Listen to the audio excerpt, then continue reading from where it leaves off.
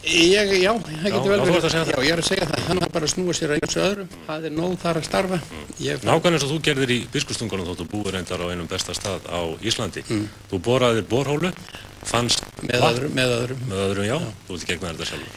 Og fannst vatn og byggðið sundlaug og danshús og þarna ertu að fylla alltaf fólki. Já, það er margt þetta að gera í sveitum landsins og sérstaklega og ég er búinn að vera í þessari ferðaþjónustu.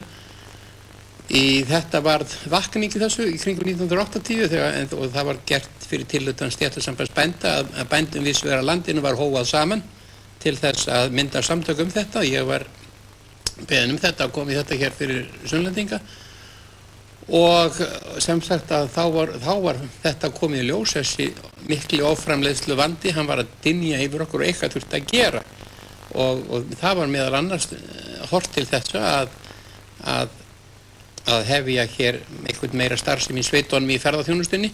Nú, mér var það fljótt ljóst að það var ekki hægt að gera í þessu nema að maður yrði að fá heitt vatn. Þeir sem hefðu heita vatnið, þeir blómstruðu í þessu staðir eins og Laugarvatn og Flúðir og Haukadalur og aðrir þarna slíkir í kringum mig. Þar var þetta komið verulega á góðan spöl. Svo þú fórst að bora? Svo við fórum að bora. Já. Og fannst vatnið? Já, og það var eins og að finna gull? Já, vissulega. Það gekk þetta ekki þrautalaust. Margir hafa lent í erfiðleikum í þessum borunum.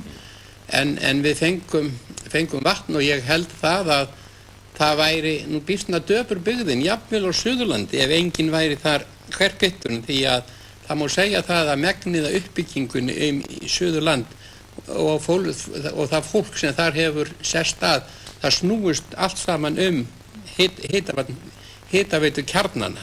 Og ég vil nefna þér eins og til dæmis Selfoss, það er mjög, og Hveragerði, Laugavatn, Flúðir, Reykholt, Laugarás, allir þessi staðir þar sem að veruleg uppbygging hefur átt sér stað, það er allt í gegnum heita vatni.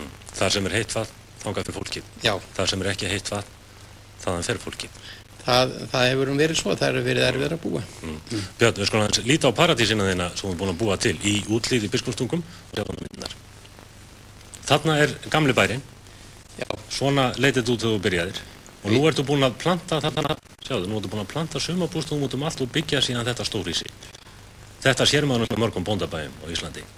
Nei, það getur vel verið að það er nú svo með íslenska bændur að flestir hverjir, þeir vilja halda í þess að þeir eru bændur og þeir vilja helst ekkert annað gera en að sinna sínum búskap og það hefur nú verið svona oft talað það að þessir kallaskrattar sem ekki nenn að búa og fara að gera eitthvað annað, þar fari búskapurinn allur í hund og kött og margir hverjir þá fari þetta allt úr böndum og annarkvort verði menn að vera bændur eða ekki bændur og þeir sem þarna sé engin millivegur. En þú hefur nú sannað þitt, svo munar. Ég veit ekki hvort ég hef sannað það en við höfum byggt þetta upp og þetta hefur gengið mjög vel.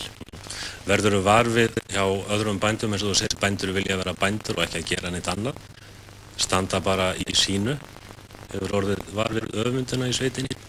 Nei, ég var bara við öfundina í sveitinni, það var mjög margir í þessu sveitafélagi hafa og þá vil ég sé fyrst og fremst nefna sveitastjórnina, hreppsnefndina og alla þar í kring.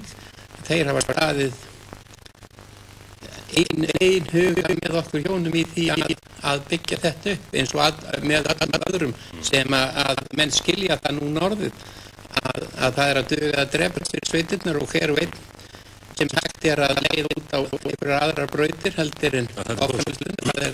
Það er þeim hreppsfélögum til góðs, þess vegna er þetta alveg almanna rómur held ég í minni sveitarstungum að öllum er reynt að það er fagnað með öllum sem að geta gert eitthvað annað. Þetta hefur ekki alltaf verið svona, þetta hefur ekki oft par fínt þegar bændur hafi verið að bjóstra í þessu meðfram.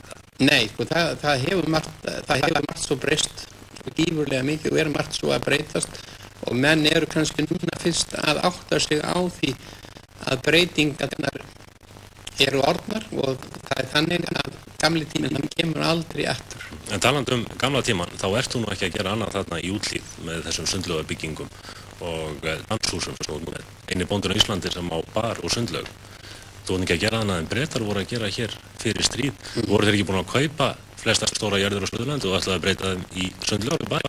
Já, þeir voru kannski ekki búin að því en þeir umboðsmenn Cooks sem var einn stærsta ferðaskrifstofa í Bretlandi, hún hafði settið það markmið að kaupa upp alla brúar á frá upphæðu til Ósa og hún byrjaði þarna efst og hún var búin að kaupa mest alla útlegðartorfuna og næstu jarðir þarna við og Bretar þeir ætluðu að breyta þessu upptök brúar þar sem hún er, það er mikil paradís, þeir sáu þetta kannski 50 árum undan okkur að þarna var hægt að gera stóra hluti en veldi Cooks það hrundi þegar að heimsstyrjöldin gekk yfir og að eignir Cooks hér á landi þær voru allar seldar og það var til þess að faðir minn hann keypti Úthlíðina í 1943 eða akkurat fyrir hálfri öld. Af Bretunum. Hvernig heldur hefði litið út á Suðurlandi ef að styrjöldin hefði ekki skollið á síðari heimsstyrjöldin? Það er Bretar værið á með sundlaugartum alltaf?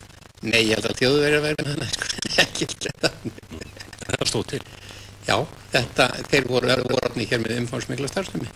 Og þú vart að halda áfram þar sem þeir þurftu að hætta í stríðinu? Kannski. Já, bara lokan þetta, hvernig sér þið fyrir þér landbúnaðan á Íslandi eftir 50 ár? Já, ég held að landbúnaðan á Íslandi að hann verði að þróast og við höfum núna nauman tíma til þess við verðum að taka okkur sjálfum og við verðum að búa okkur undir það miklu samkeppni sem er óumflýjanleg. Ég held við höfum kannski árin fram að aldamótum eitthvað til þess. Eftir það verðum við að rekna með það að við verðum hér í sama pakka og aðrar Evrópuþjóðir. Kannski getum við flutt okkar háþróuðu vöru sem við framleiðum hér við svo góðar aðstæður. Við getum kannski flutt hana sem lúxusvöru. Kannski vil eitt hótel út í heimi kaupa allt íslenska lambakjöti kannski á enn hærra verði heldur en við fáum fyrir það í dag. Þannig er það að við þurfum ekki að vera hér með neina svartsýni víl eða vol, heldur aðeins verðum við að takast á við nútímann og ekki að vera svo strúturinn og ekki að stinga hausnum hann í sandinn, heldur að líta til framtíðarinnar og vera alveg ósneykir við að takast á við málin móti öðrum þjóðum. Við erum þeim í einu að leyti erum við minni menn heldur en þeir nema síður sé. Segir Björn bóndi í Úthlíð sem var gestur okkur í kvöld og við býðum bara eftir að allir bændur á Íslandi verði eins og hann. Þá þurfum við ekki að kvíða framtíðinni. Hér annað kvöld, beint frá New York, tekur þekktasti maður á Íslandi, ekki orðum það meir, við hérna á sama tíma annað kvöld, verðið sæl.